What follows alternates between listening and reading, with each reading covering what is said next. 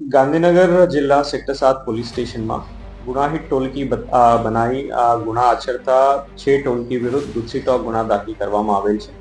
આમાં મુખ્ય આરોપી છે ભરત સુકા રબારી અને એના 2 ભાઈઓ છે. કુલ મળીને 3 ભાઈઓ હરિભાઈ રબારી અને અજમલ રબારી અને એની સાથે સાથે 3 અલગ આરોપી બલદેવ રબારી, ભોજાભાઈ બરવાડ और રવિભાઈ નાઈક.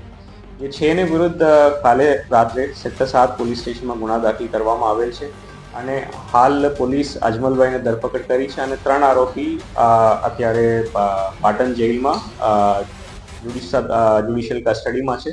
આ 3 ટ્રાન્સફર વોરંટથી લેવામાં આવશે. આ લોકો ગાંધીનગર જિલ્લા અને પાટણ જિલ્લામાં ટોળકી બનાવીને અલગ અલગ લોકોની દાબ ધમકી આપતા, જમીન ખાલી કરવાની કામમાં પડીને અલગ અલગ લોકોની હેરાન કરતા હતા.